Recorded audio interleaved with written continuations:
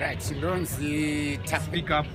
Lonzi Tapera Masungire Tapera Tumoso. Regaendo no tingete say Mugabe Achamuda, yes, you know. Let me bring for you the mayors of the Rare at the end of the year. You might volunteer, not basically intact. I am trimmed for more effective learning. As many as half of you might be forced to branch into the informal sector in the spirit of education with the production. So well, at this juncture, may I dispel some fears that you might have arising to any unjustifiable reporters informated by this world media sectors. The challenge should be to make it work in this practice here. First of all, the political will should be required to make the Pan-African Parliament a true legislative assembly to have the free and fair election. The AU, Africa Union member states, are unlikely to transfer powers to it all, include Egypt, Angola, Botswana, even among the more democratic member states, such as Botswana, South Africa, and Ghana. National interest may come first. Taking action of the people, practically speaking now, the AU, Africa Union, will need to explore the possibilities of flexible or differentiate rests on the willingness of the member states to deepen African integration at a quicker pace. Others may choose to join later. This could be a pragmatic way to strengthen the parliament powers at the AU will have to identify member states and regional parliaments that are prepared to work directly with the Pan-African Parliament and then map out the area in which legislative powers could be shared. The parliament could then develop model bill to guide the willing national or regional parliament so that every bill proposed should align with the continental objectives in the EU, European, on which this Africa Union is modeled. For example, national parliament have the powers to review proposed legislation and comments on policies to be adopted by the European parliaments are directly elected. Similarly, in South Africa,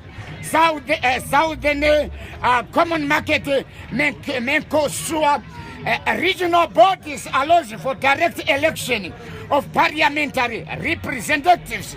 Similarly to the situation in Mercosur, the AU should initiate first allow countries to synchronize the election of Pan-African Parliament members with the national or local elections and later provide uniform timetable for all participating member states.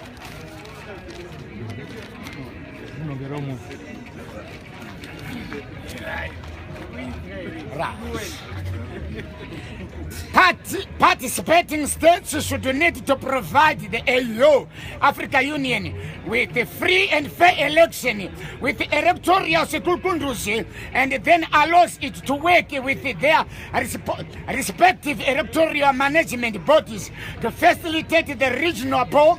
Direct election organized in this manner should enhance awarenesses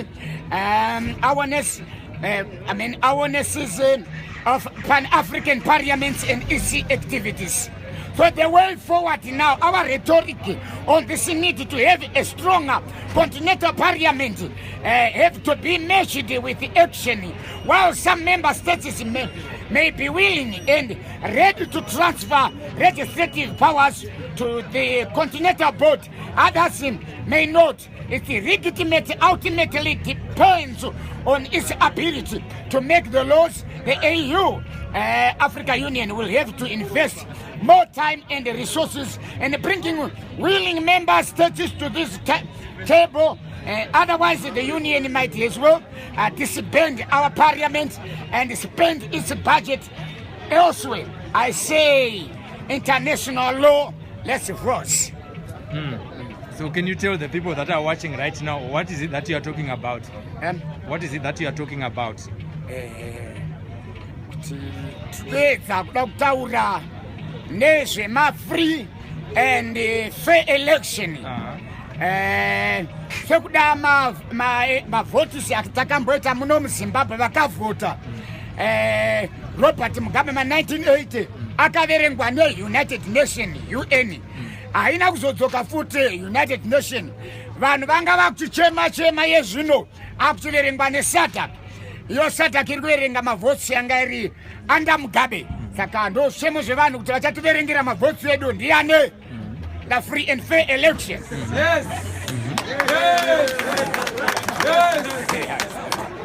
Yes. Yes, Tapera, what do you have to say about ZEC, Zimbabwe Electoral Commission? ZEC. There. ZEC, ma-CIO members aine ose bezeki vari under ZANU-PF ndo vezanu vacho. Okay. Saka hakuna zvingakwanisa kuti vanhu vangaite sei. Vamwe iva vari muhurumende vari kuti kunyepa kuti vanhu vari kuzeki vanhu vemuZANU-PF vanhu vakatsvagira mabasa nemaqualifications avo. How far true is your own perception? Ya kuti vabvume vezeki kuti ndisu mungabva maziva kuti ndo mamira zvakaita saka hazvibvumwe.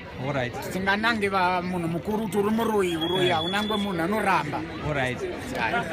Ndisa ndasvika panapa mamuchitaura zvokuti Chamisa ari kukwikwidzwawo zvakare na President E.D. Mnangagwa.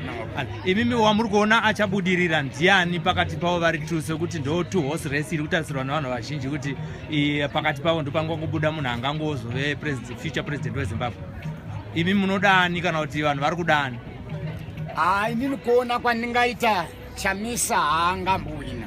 Haawini. Your good reason? Reason yacho ndeyekuti Chamisa mwana mudiki pane zviri kuitwa zvacho. Mwana mudiki.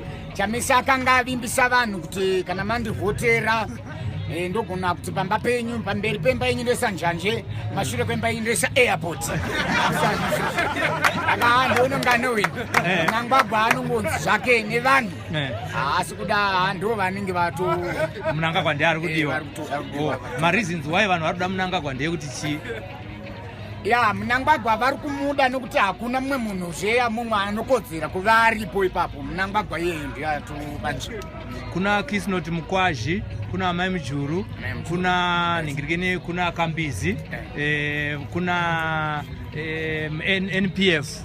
Andika ese mapati waya aripo iwaya. Sei muri kungoti ya Mnangagwa ndo inogona kuwina? Right. Vari kuda Mnangagwa vanhu nokuda kwokuti vari kuzoti tikaita kunge tiri kutora ma-any party tichitongotora ma-any president chiisa ipapo zvinhu zvezviitika munomu zvine vanozvimirira kope kunze. Saka munomu isisi tozoona zvataurwa kunze kuchiitwa munomu ndo zvatototedzera. Saka Chamisa angazotonga rini?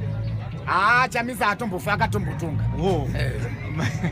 Ane zenga akura kaizvino mati mwana mudiki but ane zenga akura kamakore ari kutera 10 years from now anenge ava 50 years old. Chamisa zvinonetsa ndezvekuti vakaita kuti atonge muno muzotokonzera hondo yakatokura kumusoro. Musoro hazvitenderi. Saka ichokwadi here chekuti masoja ndiwo achazotonga haasi kuzobvumira kuti kana munhu akawina ivo ndo vanoramba vachitonga ndofiye yacho here iripoyo yekuti masoja ndo vachatonga.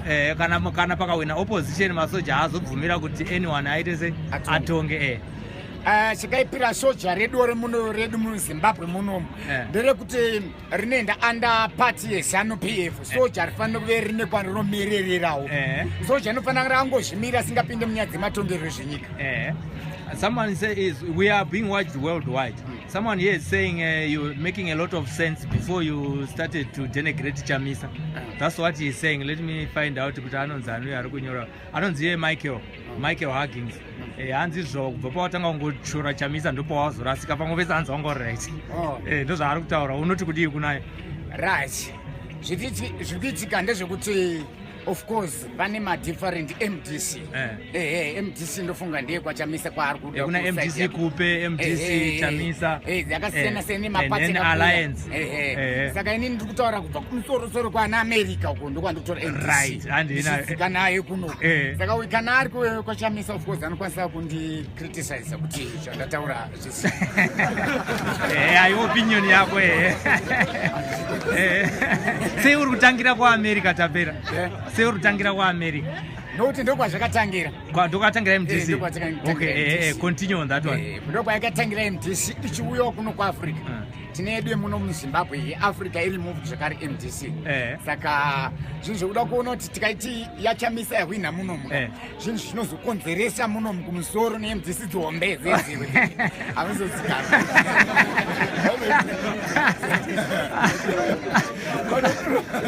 saka kurava kuti atori matwins MDC yemunomu neMDC yekuAmerica matwins they are inseparable zvinozozonetsa manje zvakatonya saka zvakadai samunangagwa anomuzimusiya aripo takaona foreign minister vachienda kunhingirikeni kuAmerica zvekare vaSB Moyo saka pane ukama here futi pakati paSB Moyo neAmerica vakabva vadzoka futi nekuUK ukama hapana at least pane vakaenderei ikoko kungoendawo zvavo nekuti tikaona MDC yedu pavakaenda kumana kuenda naAmerica mwemwemo kwakanoita noise right vachienda vedu veMDC kwanaAmerica vakasvika vakanoita noise ikokoko maAmericans vakarwisana nawe kureva kuti hapana chinhu chine chakanaka okay you are you an aspiring president or MP or councillor? What's your position?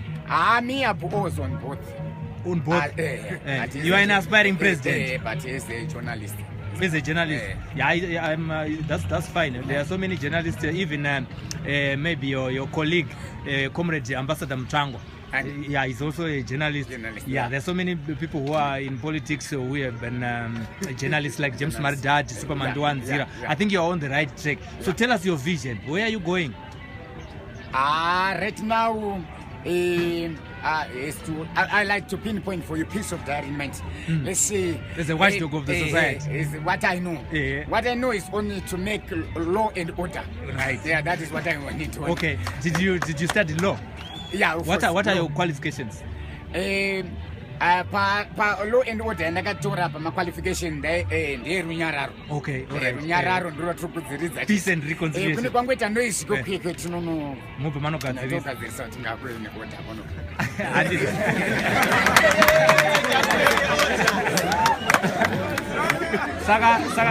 Saka tiri muno mese takwenda towards my elections anosvika musi wa30 July. Iwo uri kukampenera pati ya mama ya President Mnangagwa. Ndiyo uri kukampenera. Okay. Saka iwo uri member of parliament here, aspiring member of parliament here, kana kuti you are just a party supporter. Are you a card carrying member? No, I'm a party supporter only. Only? You are not a card carrying member? No. So we can't call you a supporter because hauna card carries hand. I understand you because what you report uri kwese handiri. Alright, zvimwe zvauda kuti vanhu vanzwe izvozvi vamwe vakakurira muno mubhindura vari kunhingirikeni vari kuUK kuAmerica vari kuHarare zvauda kuti vanzwe nenyaya yedevelopment muno mubhindura ndezvekuti chii zvaungade kuti vataure because kana tiri kuchikoro toziva kuti kunoita maold boys association handika, but we also understand kuti there are also guys who came out of this place which is Bindura. Ezve tiri panhingirikeni pachipadze bus terminus. Uri ngavati kudiwo maererano nenyaya dzedevelopment kuno kuti vangabatsire sei, especially your movement? Yes. Yeah, chandroda inini chokuti chandingakwanisa kutaura kuti vari kwaAmerica uko. Pane vamwe variko ikoko vasingamborangarirawo kuti kuno kuZimbabwe kune vanhu. Muno chakanyanyokosha chandiri kuona chakadzivirira vanhu nyaya dzemari. Mari munomu havana kana mapowers ekuti vanyatsoita kuti zvinhu zvive zviri mustability yakanaka yekuti vanhu vaone mari. Saka mari inonetsa vanhu muno. Izvi zvinhu kana kwaAmerica vakwanise kuchigadzira nyangwe variko ikoko havazvikwanisi nokuti vari ikoko vari kutotiwo dai tauya kuno kuZimbabwe tiri kuno kuZimbabwe tichiti aiwa kuAmerica ndokwakanakawo. aiwa tinotenda mashoko ekupedzisira uri paSly Media Productions. People are watching you worldwide. What do you have to say in conclusion as we go towards the elections? Chandinongotiwo tichienda kuma-election kudai kune mitengo yezvinhu inenge yatikwirei, zvinhu zvisina kunyatsodzikama nekuda kwemapowers ematongerwo enyika emamiriro ezvinhu zvichazodzikama hazvo kana vanhu vapedza kuvhota zvinhu izvozvi. Saka tinongotiwo ruzhinji rwevanhu ngatifambe zvakana tisarwe kana kuita mhirizhonga. What do you have to say about corruption?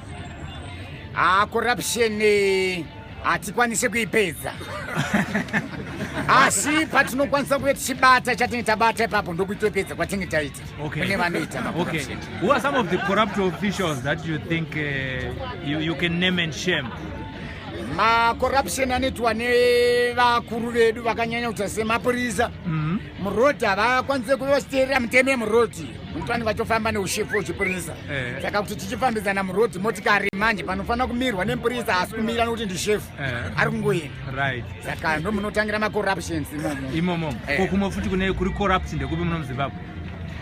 Macorruption mamwe anongowanda kuvatungamiriri venyika vari kuda mapatizi makanselas nemunzvimbo dzavari kuda idzodzidzi kuti vawane zvavanenge vachingoda vabhenefite kune zvavari kuda ivo.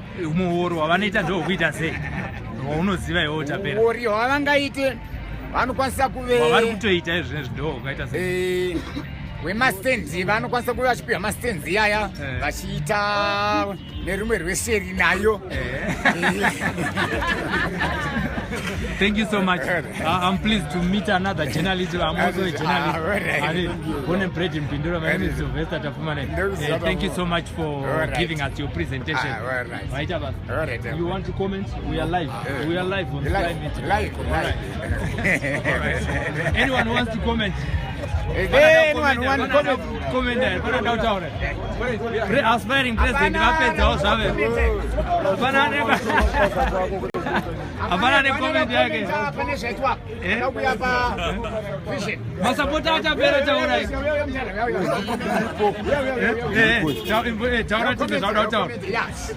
Right, makadiba. Izvi zvinofara kana muchifara wemi. Ini pache zvangu tane kudzvinyirwa nezano. Right, ndo pfungwa dzenyu wemi. Ndo pfungwa dzangu. Mukore uno munhu wese ngaabude avhote tibvise machembere aya. Taneta nawo machembe toda inonzi engine overall. Aika ndio zano imuri weMDC and weMDC azvabalance kupane weNPF here futi futi pari pa muntu weche tiri parari yevanhu vese kupindura nasi izvozvo chaizvo. Ini nobato rangu MDC pesa pana ndiri muZANU PF asi makore atakavhota hapana chaifamba. Vaitinyepera kuti toda kukuitirai zvakati zvanga zvisingabude. Iye zvinezvi panga ndiri kuZANU vaidya ndo mashefu. Inini kana wani chandakaruma hapana. Saka zviri nani tivhotere Chamisa tichinje upenyu hutsva. Anditi maiziva toda kuchinja upenyu taneta vanhu vaMwari. Iye zvinezvi chembere vana baba vedu mama war veteran anditika vari kuswera uri pamabhengi. Bhengi achisvika hakuna mari. Worowa 20% kunengirikini kueko cash. Taneta ini ndikuda MDC Chamisa. Right. Takuita nengirikini debate. Iwo rwezano andiri. Vanhu veMDC. Iwo unogwaita both Tapera. Handiti. Saka toda kuti zvinezvi zvataurwa navazvinzi naambuya wazvinzwa. Ambuya munonzani? Ndinonzi zita rangu chaichero Christabel Obveke. Handitika asi tari kurwa hondo because matinde zvakudhara. Iwo urikotiwo kudii pane zvavataura vati ngativhoterei Chamisa ndiye anese ava vanhu vari kutibira zvinezvi tiringo kumakiu ariko kubhengi hakuna kana mari. Iwo what do you have to say Tapera? Izvi ndezvepolitics zvokuti Chamisa ndiye angatoita kuti zvinhu zvifambe nokuti zvinhu izvi zvakatoomera munhu wese. Hapana anozvikwanisa, hapana anozvikwanisa. Zvatadzwa nana Mnangagwa kana Chamisa zvimwe chete hazvikwanisi.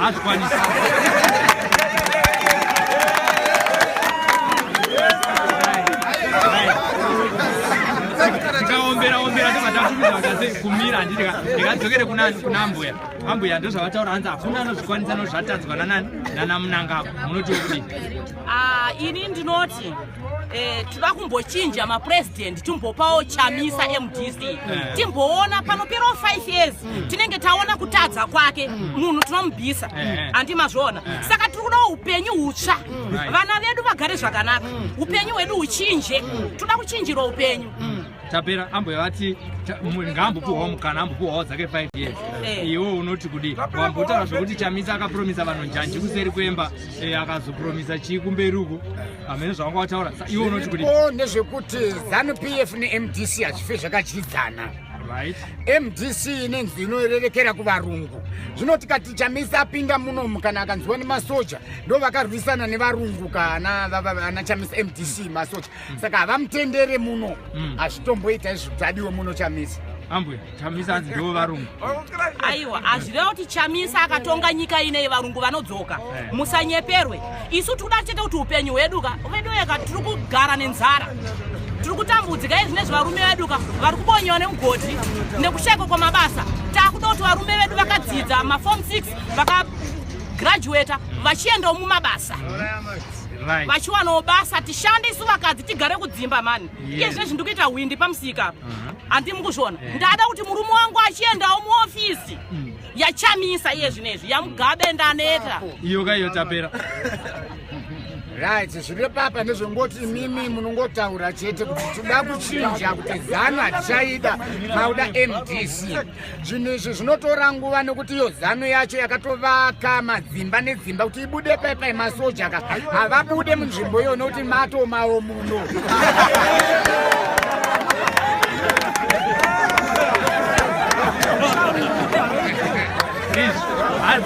muri winji zvenyu asi makavakirwa dzimba neZANU hatinyararai hanzi makavakirwa dzimbaka neZANU saka hazviita kuti vabude nemasoja aseti vabude unotiwo kudii aiwa kuvakirwa dzimba yanga iri nguva yacho yanga iri nguva yekunyengerwa kuti tingoda ZANU-PF asi iye zvinezvi mamiriro yaita zvino isusu taneta tada kuchinjawo ZANU-PF ichitongawo MDC Chamisa handiri mazvona aiwa tinotenda uya apa conclusion yake kare imi mashoko enyu ekupedzisira ndeyekuti kudii takuenda kunovhota zvinezvi tinoziva vechidiki vachishandiswa vachitengerwa hwahwa votanga kurovana isusu tiri vagari vamwe chete vanogara muchipadze kana kuti kuchiwaridzo tozopedzisira isi tinosara tiri tumapolitician aya asipo what do you have to say towards the elections in terms of violence inini ndakuchiti kune vabereki handitika ari kuziva kuti akurwadziwa noupenyu achavhotera Chamisa ari kuziva kuti ari kurwadziwa noupenyu achavhotera Chamisa taakuda development muZimbabwe hatichada kudzvinyirirwa iye zvinezvi taakungotaura zvatinoda kudhara tasingambobvumira kunzi taura zvakati unotoendeswa mublack door waakutoenda iye zvinezvi taane mvumo yekutaura zvatakuda nekuti tairwadziwa aiwa tinotenda zvikuru kwazvo thank you so much maita henyu thank you for allowing us to have a public debate paSly Media Productions maita basa thank you tapera anga apa conclusion yake anzitaura hanzi mavhotsi vari kukuvhotera taura kekupedzisira mavhotsi zvaakaita hatisi ndisu tinovhota munomu isu tinongonongoendeswa kunongonzi makai asi kana zvaenda kumusoroko kuna naSADC mana Europe ndo vanotaura vakuru koko tozonzwa zvaitika muno saka ndo zvandotaura alright tinotenda mashoko enyu mamuda kutaura ekupedzisira ndinotenda hangu right vese vanga vachitaura ava maererano nekurwadzwa kweupenyu hwatigere isu sevana vemuZimbabwe vataura kuti vane bato ravo ravanosapota vane both parties uyu ane MDC ane MPF muno muZimbabwe tine vatungamiriri vakasiyana-siyana vane pfungwa dzakasiyana-siyana maererano neupenyu hwevanhu vataura ivo kuti vamunangagwa havana basa nekuti mapuraizi akwira asi ane basa ndiMugabe vari mapato maviri asi nichandoda kutaura ndichokudaiso muupenyu matorarama isusu tiri vanhu takazvarwa nzvimbo dzakasiyana-siyana maqualities edu anosiyana izvezvi manzwa zvichitaurwa nevanhu pano ivo vangaitaura kuti Chamisa MD Mugabe Mnangagwa vangu vasingatauri zvakati Mnangagwa whatever havazivi. Aiwa imi taurai zvenyu asi Saka ndiri pfungwa kutaura dzenyu kwete pfungwa dzangu dzandiri kuti ndedzekuti munyika muve neshanduko. Vazhinji vanoenda kumabasa wopuwa $20 pazuva pasvondo washanda mari yacho yose asi major concern haisi kuonekwa. Zvino kunonzi 15 billion havana kuuya havana kupariamendi asi iweyo washandira haisi kuwanikwa kubhengi. Imari yakaindepi? Itai kuti tirarame. Kana moenda ikoko kwamunovaudzawo munotaura kuti vanhu vari kutsutsumwa utungamiri hwatiregera asivo zviri nanivo zvazvo wakatogwawo masimba kubva kuna Mugabe apa taakutaura Mugabe akurwa pataita pese wangorohwa wourawa nemayuta ezana asi chinhu chakanaka ndechekuti vanhu vasununguke munyika vachikriticiza zvavanoda vachirarama kwete kuhidzigwa neumwe munhu. Saka mashoko atinoenda nawo ati tinoti ari kubva kunani zita renyu ndiani? Inini ayo ndiri munhu wepana. Muri chi?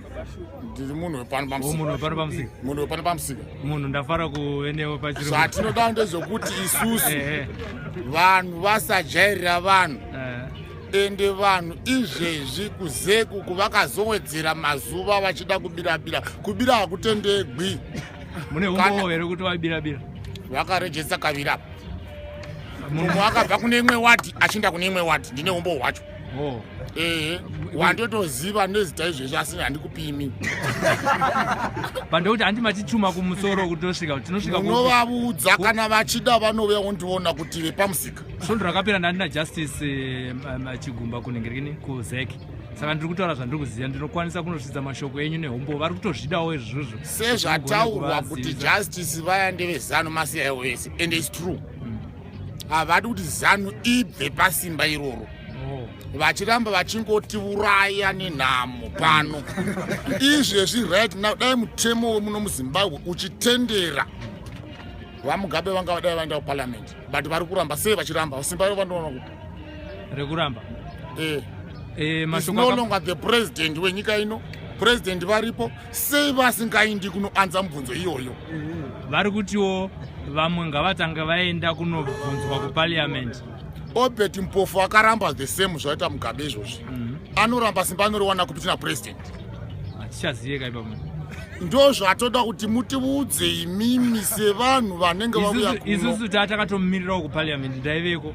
Kana dai mama kaona news musi wacho nomaigona kutonawo chiso changu chiri panews tatakamirira kuti vauye kuparliament. Simba racho akariwana kupiri kuramba ndozvataura kuti tinzwe kuti kapamwe mutima is now an ordinary citizen of Zimbabwe although tisingataura zvakawanda zvebackground but tiri kuti iye ngawe atende ataura nyaya ye15 billion achitaura vamwe vese vakadya navo. Ari kuti ima munambobvira mambondoona kuchikwa cheyaziko vanga vari kungabe ataure kuti ningi naningi ngabuye ataure kuti ndinhingi azvisununguri arame zvakanaka full stop. Aiwa tinotenda zvikuru vari kuzviona zvamuri kutaura vari kutozvinzwa izvezvi zvinoti dambudziko ratinaro nderekuti vanhu vakangopuwa that freedom iyoyo haimo muno muZimbabwe. That freedom association haimo muno kangotaura Mugabe wotourawa.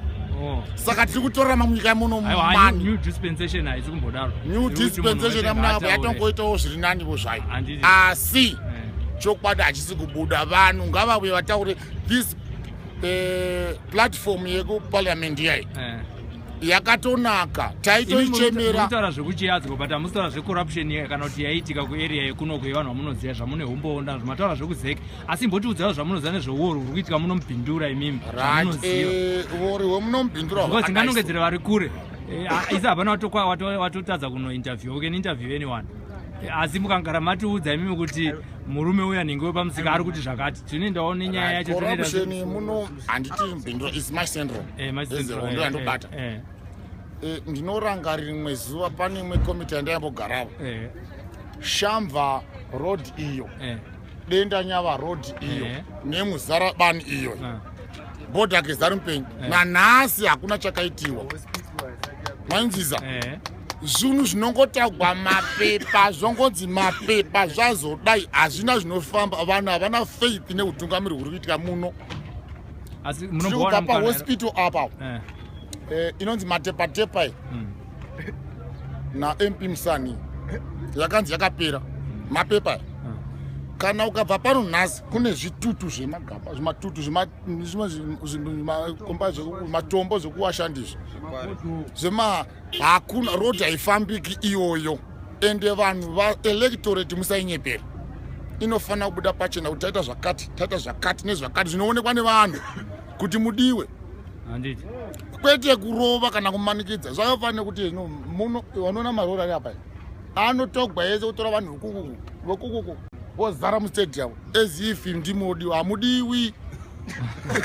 Vanhu vari munzvimbo imomo ngavainde musangano kwete zvokumanikidza vanhu.